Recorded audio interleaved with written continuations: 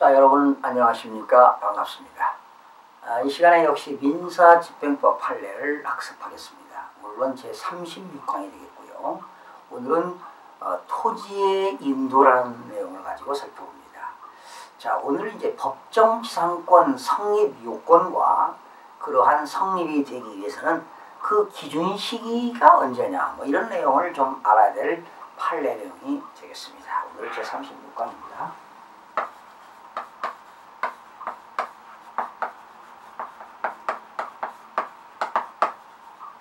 토지의 인도 등 되겠습니다. 오늘 내용은요, 법정지상권 성립 요건인 기준 시기입니다.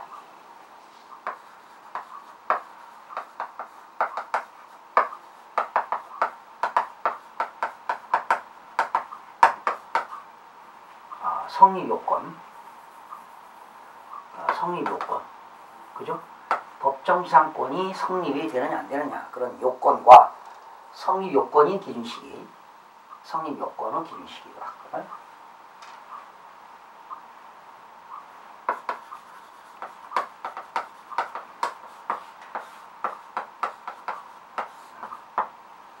자, 공부할 내용은 법정지상권이 성립이 어느 때 성립되느냐 요건과 그리고 그 법정지상권이 성립되는 기준 시기, 자 이런 판례가 되겠는데요. 참 여러분들 뭐 기본적으로 다 아는 내용인데요. 우선 판시사원과 판결구지를 이따가 읽기 전에 우선 판례를 좀 살펴보겠습니다. 조문을 좀 살펴보겠습니다. 페이지 300, 이거는요 373쪽이 되겠네요. 먼저 374쪽을 잠깐 보실까요? 여러분 민법 279조에 뭐가 나옵니까? 279조에 지상권 내용이 나옵니다. 지상권. 여러분 지상권이라고 하는 것은 용익물건이죠. 용익물건, 사용수익하신 물건. 용익물건에는 지상권, 지역권, 전세권이 있죠. 지상권이라는 것은 타인의 토지 위에 지상 건물이나 수목을 심을 수 있는, 건물을 짓거나 나무를 심을 수 있는 권리가 되겠죠. 거기 기타 공작물이나 수목을 소유하기 위하여 토지를 사용하는 권리가 바로 지상권이 되겠습니다. 그죠? 타인의 토지 위에 지상의 건물과 수목을 소유하기 위하여 사용할 수 있는 권리가 지상권이 되겠고요. 민법 366조는 뭐냐? 법정지상권입니다. 지상권은 지상권인데 법으로 정한 지상권이다 이 말이죠. 법으로 정한 지상권, 법정지상권.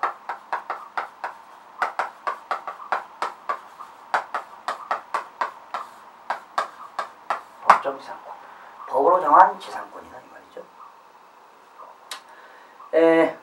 거기 이따가 설명을 드리겠습니다. 보실까요?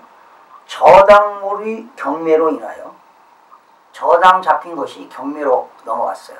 근데 토지와 지상 건물이 다른 소유자에게 속하는 경우, 토지 소유자는 건물 소유자에 대하여 지상권을 설정한 것으로 본다. 그러나 지료는 당사자의 청구에 의하여 법원이 정한다. 여러분 이런 거죠. 이런 토지 위에 건물이 있습니다. 법정지상권이 성립되려면 건물의 소유자도 갑이고요. 토지의 소유자도 갑이야 돼요. 동일이냐고요, 동일이냐 된다니까. 건물의 소유자와 토지 소유자가 동일인 상태에서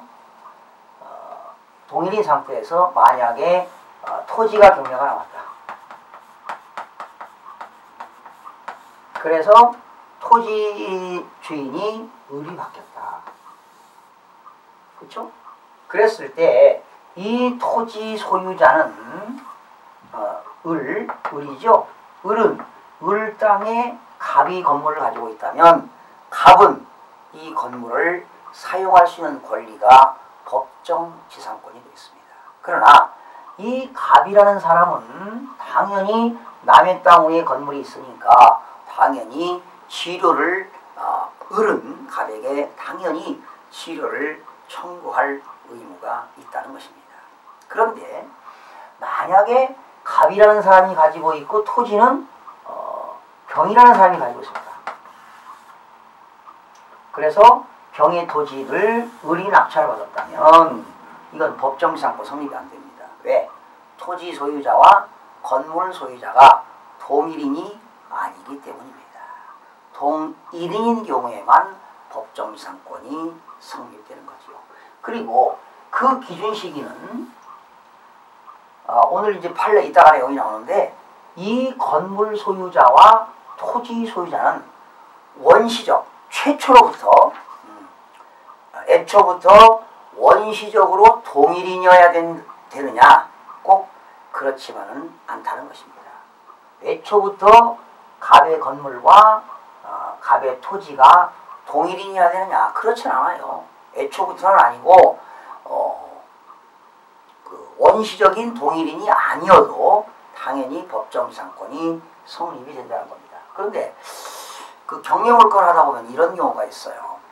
부모님이 자녀들에게 증여를 하는데 갑이라는 사람에게 증여를 할 때 토지까지 같이 증여해야 되는데 부모님이 건물은 큰아들에게 증여하고 토지는 작은아들에게 증여했다.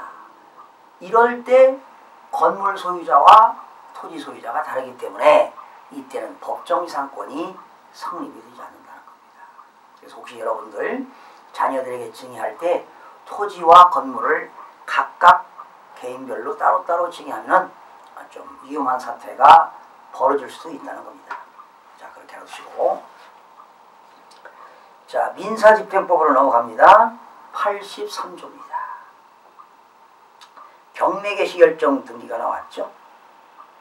채권자가 법원에다가 강제경매가 되었던 의무경매를 신청하게 되면 법원 사무관은 합당하다고 인정한다면 등기소의 등기관에게 경매개시결정 촉탁 등기를 신청하겠죠.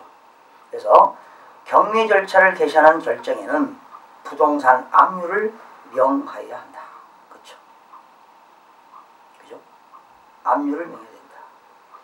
법원 사무관이 등기관에게 압류하라고 촉탁 등기를 신청하겠죠. 압류는 부동산에 대하여 그러니까 그 채무자의 부동산이 압류되었다 하더라도 그 채무자는 부동산을 관리하고 이용하는 데는 아무런 영향을 미치지 않습니다. 또 그 사항 보시면 압류는 채무자에게 그 압류되었다는 강제경매 개시결정이 되었다는 결정이 송달될 때 또는 94조 규정에 의하여 등기될 때 94조라고 하는 것은 뭡니까? 경매개시결정 기입등기. 여러분 의무경매 개시결정이나 강제경매 개시결정은 어디에 들어갑니까?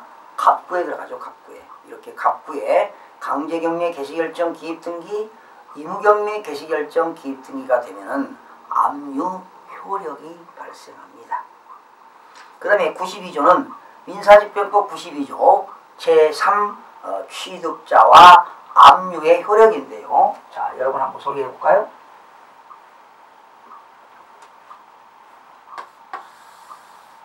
어떤 사람이 갑이라는 사람이 소유권이 되었습니다.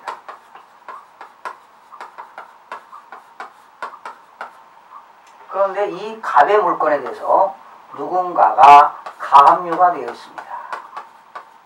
또는 압류가 되어 있습니다.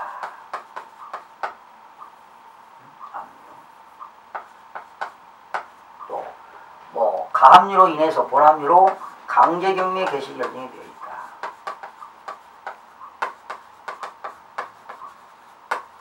이렇게 다 있으면 누군가가 사지 않겠지만 이 중에 하나만 있다 하더라도 이런 상태에서 다시 소유권이 이전되었습니다. 누가 앞으로? 을 앞으로. 이때 이제 이건 소유권이 을 앞으로 이전됐으니까 전 소유자는 갑이 되겠죠. 그런데 전 소유자 앞으로 가압류가 됐어요. 이때 가압류권자가 본압류 이행으로 이때 강제 경매를 실시했다면 이건 경매가 계속 진행되는 겁니다. 이 사람은 소유권을 상실하게 되는 겁니다. 이 소유자는 가압류나 압류권자에게 대항할 수가 없다는 것입니다. 뭐 그런 내용이 나왔습니다. 이것이 제3자의 압류의 효력이 되겠습니다. 이란 것일까요? 제3자는 권리를 취득할 때 경매 신청, 압류가 있다는 것을 알았을 때는 압류에 대항하지 못한다 나왔습니다. 부동산이 압류 채권을 위하여 의무를 진 경우에는 압류한 뒤에 소유권을 취득한 제3자가 소유권을 취득할 때 경매 신청 또는 압류가 있다는 것을 알지 못하였다 하더라도 경매 절차는 계속 진행됩니다. 얘가 모르고 샀다 하더라도 경매는 계속 진행되어야 한다는 것입니다. 민사집행법 94조는 경매 개시 결정 등기가 되겠죠. 법원이 경매 개시 결정을 하게 되면 법원 사무관 등은 즉시 그 사유를 등기부에 기입하도록 등기관에게 촉탁을 하도록 되어 있습니다. 등기관은 촉탁에 따라서 갑구에다가 강제경매 개시결정 기입등기, 의무경매 개시결정 기입등기를 하게 되겠습니다. 그리고 민사집행법 135조는 소유권 취득식입니다. 최고가 매수신고인은 매각대금을 완납하게 되면 매각의 목적물의 권리를 취득합니다. 등기 여부에 관계가 없습니다. 법원 물건은요, 잔금만 매각대금만 납부하면 바로 소유권 취득입니다. 그러나 민법에서는 일반 매매에서는 어떻게 됩니까? 민법 186조에서는 그 물건의 득실 변경은 등기를 하여야만이 물건의 득실 변경은 등기를 하여야 효력이 생기죠. 그러나 민사집행법에서는 매각대금만 완납하면 소유권을 취득하게 되는 겁니다. 144조입니다. 매각대금을 지급한 뒤의 조치입니다. 매각대금이 지급되게 되면 여러분들은 소유권을 취득하게 되죠. 이때 법원 사무관은 여러분들에게 매각 허가 결정 정보를 주어집니다. 그러면 여러분들은 매각 결정 정보를 가지고 소유권 촉탁 등기를 하게 되는 거죠. 매수인 앞으로 소유권을 이전하는 등기, 매수인이 인수하지 아니한 부동산 부담에 관한 기입을 말소하는 등기. 여러분이 낙찰을 받게 되면 말소 기준 권리 밑에 있는 건 다 소멸이니까 여러분들이 말소 등기를 신청해야 됩니다. 또한 경매 개시 결정 기입 등기도 당연히 여러분이 말소를 시켜야 되겠죠. 이때 말소 등기할 때는 등록면허세 한 건당 6,000원에다가 지방교육세 20%니까 7,200원을 납부해야만이 말소가 됩니다.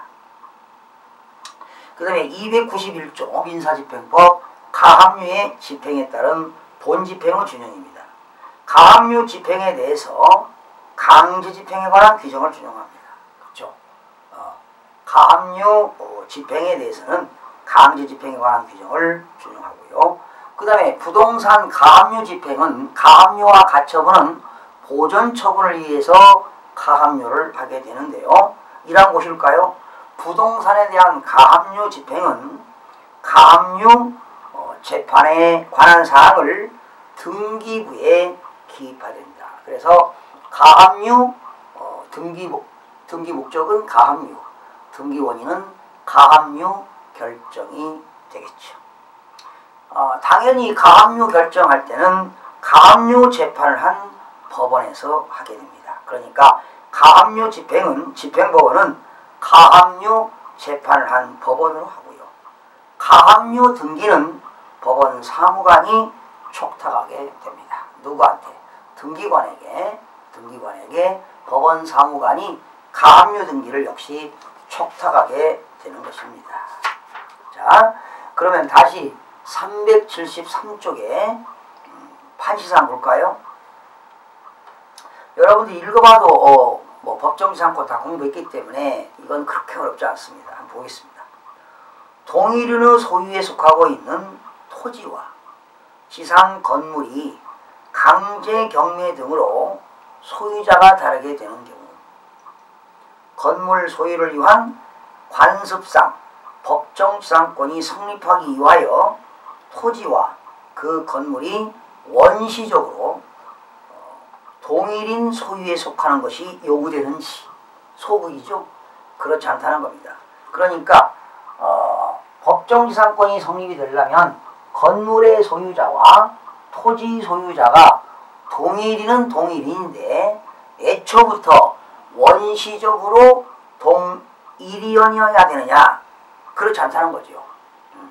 원시적으로 동일인이 소유에 속하였을 필요가 없다 이런 얘기죠. 그러니까 그 부동산에 대해서 건물 소유자와 토지 소유자가 뭐 중간에 변경되는 경우도 있으니까 애초부터 처음부터 원시적으로 건물의 소유자와 토지 소유자가 같을 필요는 없다는 것이 대법원 판례입니다. 당연한 거죠.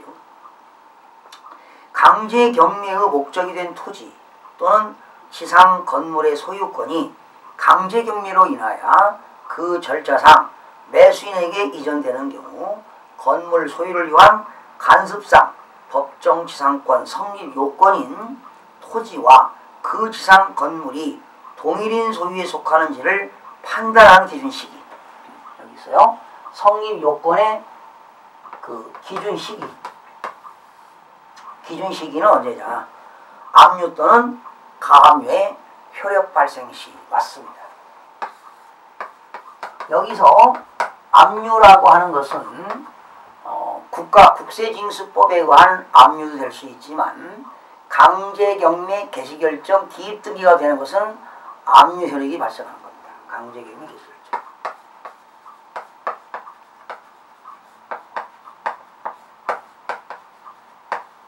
강제경매 개시결정 기입 등기가 압류 효력이 되기 때문에 이것도 해당이 되고요. 또 가압류 되겠죠.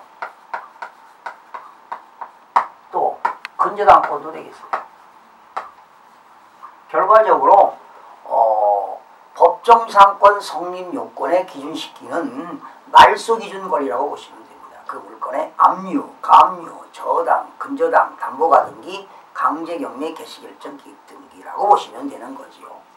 그 기준 전부터 토지 소유자와 건물 소유자가 동일이어야만이 법정지상권이 성립된다는 거죠. 그런 기준식입니다. 자, 판결 요지 볼까요?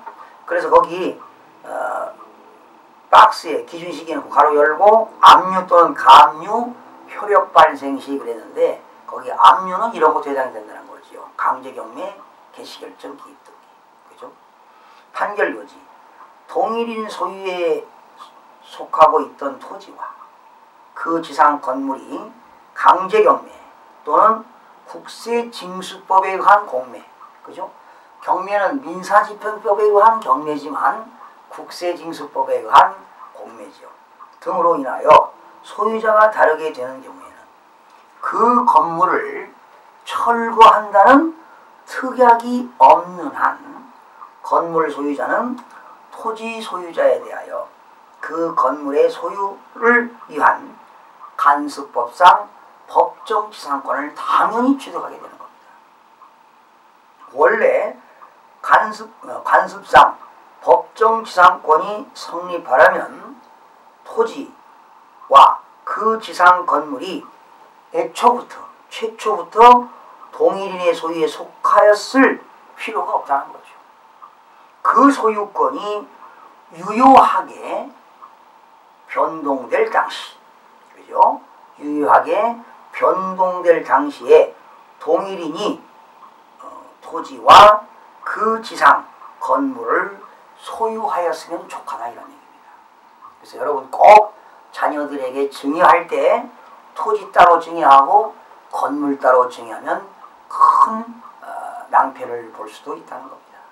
그러니까 자녀들에게 징의할 때는 토지 소유자와 건물 소유자가 동일일수록 징여를 하시기 바랍니다. 그래서 혹시 잘못돼서 뭐 경매가 당한다 하더라도 법정지상권이 성립을 시켜야 될 거 아니겠습니까? 그 다음에 강제경매의 목적이 된 토지 또는 지상 건물의 소유권이 강제경매로 인하여 그 절차상 매수인에게 이전된 경우에 그 건물의 소유를 위한 관습상 법정지상권이 성립하는가 하는 문제에 있어서는 매수인이 소유권을 취득하는 매각대금의 완납 시기가 아니라 그 압류의 효력이 발생할 때를 기준으로 하여, 그죠? 그게 포인트죠. 압류의 효력이 발생할 때를 기준으로 하여 토지와 그 지상 건물이 동일인에게 속하였는지를 판단하여야 한다. 강제경매 개시결정의 기입등기가 이루어져 압류의 효력이 발생한 후에 경매 목적물의 소유권을 취득한 이른바 제3취득자는 그 권리를 경매 절차상 매수인에게 대항하지 못하고 나아가 그 명의로 경료된 소유권 이전 등기는 매수인이 인수하지 아니하는 부동산 부담에 관한 기입에 해당하므로 매각대금이 완납되면 직권으로 그 말소가 촉탁되어야 하는 것이어서 결국 매각대금 완납 당시 소유자가 누구인지는 이 문제 맥락에서 별다른 의미를 가질 수 없다는 점 등을 고려하면 더욱 그러하다.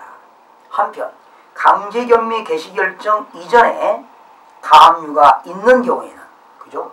강제경매 개시결정 기입등기 이전에 가압류가 있었다면 그 가압류가 강제경매 개시결정으로 인하여 본압류로 이행되어 가압류 집행이 본 집행에 포섭됨으로써 당초부터 본 집행이 있었던 것 같은 효력이 있다.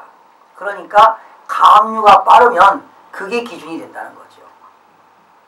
따라서 경매의 목적이 된 부동산에 대하여 가압류가 있고 그것이 본압류로 이행되어 경매 절차가 진행되는 경우에는 애초 가압류가 효력을 발생할 때를 기준으로 그 토지와 지상 건물이 동일인에 속하는 여지를 판단하여야 한다. 결론은 이렇게 하시면 되겠네요. 법정지상권 성립 요건의 그 기준이 되는 시기는 압류나 가압류를 기준으로 한다. 그렇죠? 가압류 해놓고 가압류권자가 본압류 이행으로 강제경매 개시결정 기입등기 한다면 그 기준 시기는 강제경매 개시결정이 아니라 가압류에 영향을 미친다는 겁니다. 결론, 기준 시기는 말소 기준이라고 생각하면 된다. 압류, 가압류, 저당, 근저당, 담보가등기, 강제경매 개시결정 기입등기. 그러니까 다음 내용 중 빠른 것을 기준으로 한다. 이렇게 보시면 가장 빠르겠죠. 자, 이렇게 대법원에 있는 대법관들이 이러한 그런 판결문을 보면서 참으로 존경스럽고 훌륭하다는 그런 말씀을 전하고 싶습니다. 자, 이렇게 분쟁이 있을 때 이런 대법원까지 와서 그런 판결을 내는 것이 얼마나 힘들겠습니까? 참 그런 지문 하나를 여러분과 함께 읽어가면서 참 훌륭한 그런 판결이라는 그런 것을 느낄 수가 있습니다. 그래서 오늘 이 시간에는 법정지상권 성립 요건인 그런 기준시기에 대한 판례를 살펴봤습니다. 그래서 다시 한번 말씀드리면 법정지상권이 성립되려면 반드시 토지 소유자와 건물 소유자가 동일인을 하는데 최초부터 동일은 필요 없고요. 언제입니까? 언제? 애초부터 원시적으로 동일인의 소유에 속할 필요는 없다는 것입니다. 그죠? 그 소유권이 합법적으로 갑과 갑, 건물의 소유와 각 토지의 소유가 합법적으로 소유권이 유효하게 변동이 되었다면, 법률적으로 합법적으로 유효하게 변동이 되었다면, 그죠? 그때 기준이죠. 동일인이 토지와 그 지상 건물 소유하는 것으로 취득한다. 그러니까 애초부터가 아니라 소유권이 유효하게 변동된 당시에 동일인이 토지와 건물 소유권을 취득했다면, 그리고 그 이후에 압류가 되고 가압류가 되었다면 당연히 법정지상권은 성립이 될 겁니다. 그런데 압류 당시에 또는 가압류 당시에 건물의 소유자와 토지 소유자가 달랐다면 이거는 법정지상권이 성립이 안 되게 되면 이 건물은 철거 대상이 되는 겁니다. 그래서 여러분들은 경매물건 할 때 꼭 법정지상권이 성립이 되면 뭐 응찰 안 하고 그건 아니죠. 법정지상권이 성립된다 하더라도 여러분들은 땅 지주로서 당연히 건물 소유자에게 지료를 청구할 수가 있는 그러한 효력이 있다는 것을 알게 된 겁니다. 자, 오늘은 이렇게 해서 여러분 토지, 인도, 법정지상권 성립 요건인 기준시기에 대해서 판례를 살펴봤습니다. 여러분 다음 시간에 찾아뵙겠습니다. 수고하셨습니다.